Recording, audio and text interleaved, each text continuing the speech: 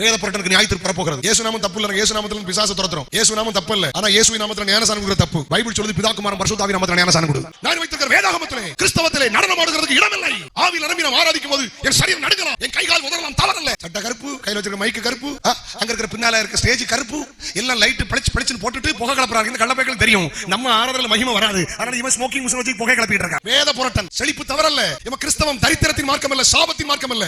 ஆனால் அத்தனை ஆசீர்வாதங்களும் நிபந்தனைக்கு உட்பட்டது. கிருபை தப்பல்ல, ஆனா ஹைப்பர் கிரேஸ் என்கிற தவறான உபதேசம். பாவம் செஞ்சாலும் பரவாயில்ல, செஞ்ச பாவத்துக்கு செய்ய போற பாவத்துக்கு இயேசு மன்னிப்பார். தவறான உபதேசம், வேத புரட்டு.